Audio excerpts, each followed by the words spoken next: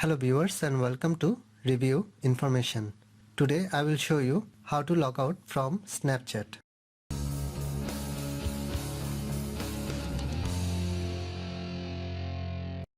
Tap on the Snapchat app from your apps list. Tap on the profile icon from the top left corner. Tap on the settings icon from the top right corner. Scroll down to the bottom and at the end you can see the logout. Tap on this. A confirmation message will pop up. Tap on logout.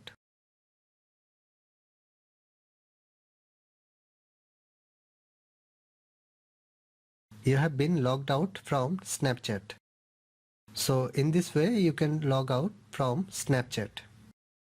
Thanks for watching. Hope you guys enjoyed my video. Please subscribe my channel for more videos. Goodbye.